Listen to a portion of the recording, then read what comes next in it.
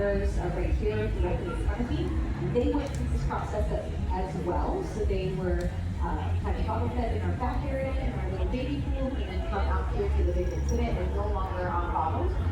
So you can see the kind of difference today out here. So we work really closely with Florida Fish and Wildlife Conservation Commission. They're going to be that government agency that's out in here in Florida monitoring manatee population. So if there's an animal that is in distress, Florida Fish and Wildlife are going to be the first ones on scene. They're going to be the ones that decide whether that animal needs to come into a rehab setting. So for orphans, they're going to be kind of pretty quick to make that decision. Manatees are mammals like you and I are. They're going to need to stay with their moms for at least 2 years, nursing from their moms, so getting nice and big, drinking that milk. So if a neonate or a newborn is found all alone, they're not going to be able to survive without mom's milk, which is what has happened to our poor orphans here. They are found as neonates, so newborns. All without their mom, so they needed our extra kind of TLC.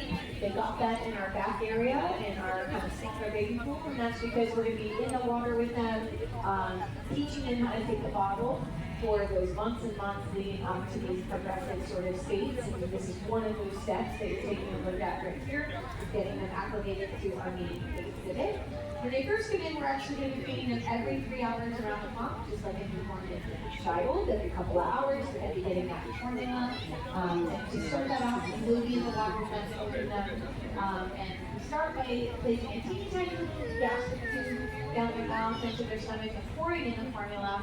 And then we kind of transition them to learn how to suckle from a bottle. Every baby is different on how long that takes. We might have a baby that might take a couple of days to learn how to drink from a bottle, or it might take us a couple of months to continuously taking that bottle. Every one of them is different. It's not super natural for them to want to take a bottle, as you guys can see, like the one they're swimming over there. They're going to nurse their moms from underneath their pectoral flipper is where their mammary glands are, so it does take a little bit of acclimating for them to kind of understand how to do that.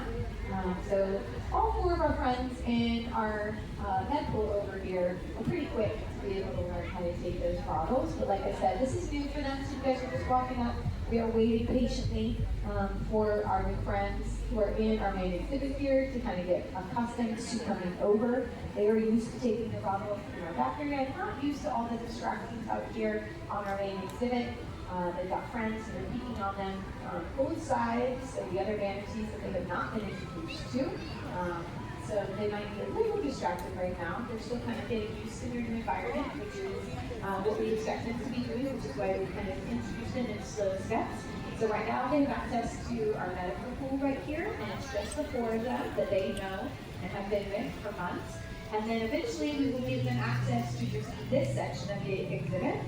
And then eventually we will introduce them to everybody, and they will have access to the full exhibit. So this process will go as slow or as quickly as they sort of let us know that their transition is. And then all along, we're going to be making sure that they are continuing to gain weight. So for our orphans, we actually weigh them every other day when they first come in. So just like a neonate or baby, we really want to make sure they're gaining weight, the right amount of milk. So we do that too here. So every other day when they first come in, we're weighing them, making sure they're gaining at least a half a pound to a pound every other day. Our ultimate goal with our orphans is going to be to complete their rehabilitation and return them back out. So for these guys, they're going to need to stay here or in another facility until they reach at least 600 pounds. So I know they're not hard to see in the back right now, but I said that they're a little over 100 pounds right now. When they first came in, these guys were anywhere from about 30 to 60 pounds. Yeah. And so we need to get all the way to 600 pounds before we're going to be big enough to calm down and be able to go out and survive and thrive on their own. So that might be around 3 or 4 years old. So we do have a few in our kind of areas, in our upper areas that are getting to that 600 pound mark. And it will be time for them to go this winter.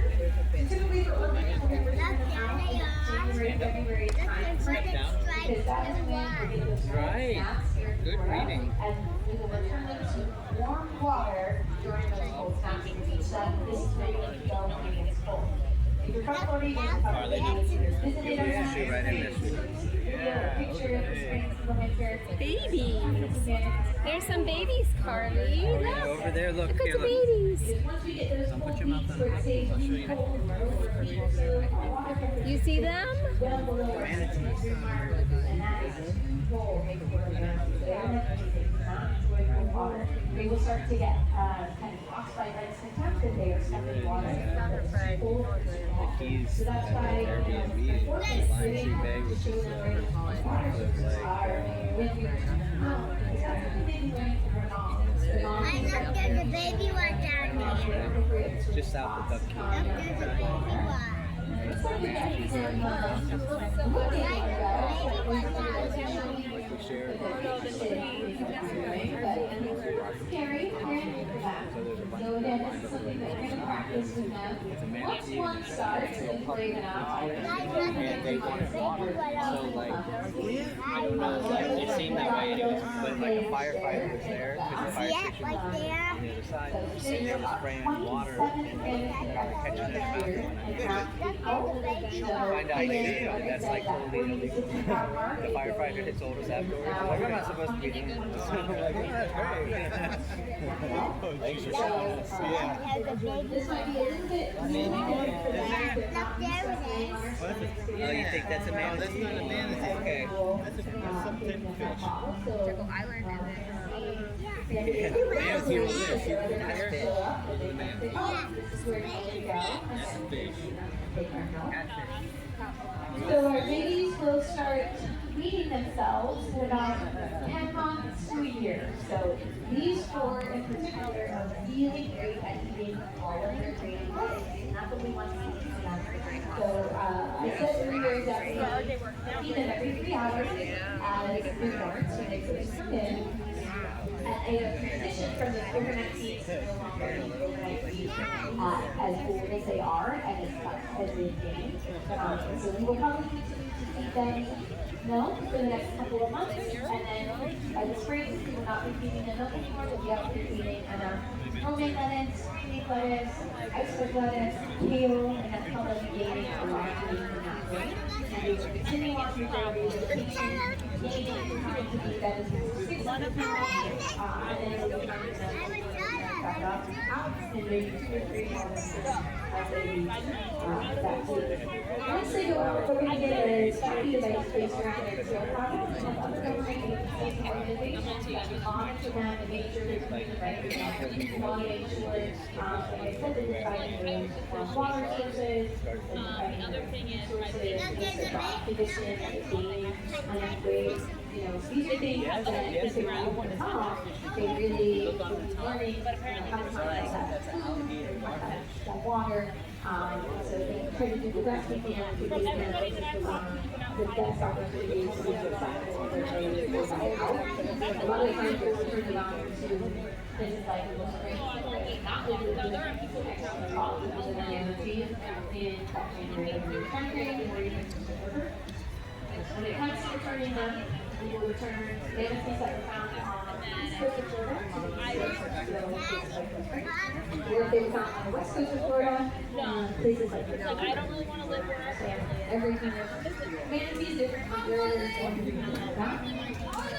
As a way for our friends to show up, they might not, and that's okay. This is their first kind of opportunity to create souls in order to bring out a big and so they know there's a transition for them, which is really normal.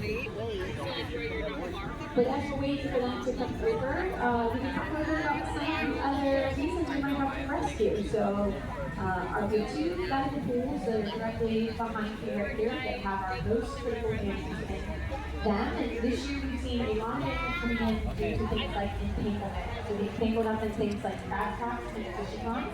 We've had multiple animals that have needed to go into surgery to be amputated from entanglements that can cause so much damage to those pectoral flippers. So always like to remind everybody to recycle out fishing lines and protect help you. We see a lot of animals, not just manatees, that rejected things like fishing lines or plastic. Really remind everybody to take everything right with you. We've got a handful of animals recently here due to being hit by boats. So manatees love to hang out in the intercoastal waterway. They can swim in both freshwater and saltwater. And so because they swim in that intercoastal waterway, it's also a really popular spot for us to be boating. So they will be hanging out in those same sort of locations. We like to remind everybody to follow the boating laws. There's particular zones that are manatee zones. There's a reason that there's manatee zones. You definitely want to follow all of those laws. They're difficult to see as you guys can tell under the water. And it's pretty crystal clear right here in our main exhibit, but it's not always the case out on the water. So remember to follow all those boating laws. And then we get a lot of animals in during the winter months due to cold stress. We've already have seen a couple animals coming in that are younger, call them like a toddler-sized animal, that were in too cold of a water already, so did not find warm water sources fast enough, and it started to get frostbite-like symptoms on their nose, their toe paddles, their pectoral flippers. Just like us, when you're stuck in the snow for too long, you're going to see frostbite on your nose, your ears, your toes, and those are some of the locations that we'll see kind of frostbite-like symptoms for them. Well, it looks like we're going to be continuing on, kind of waiting them out. I'm going to come around that front and I'll answer any questions that you guys might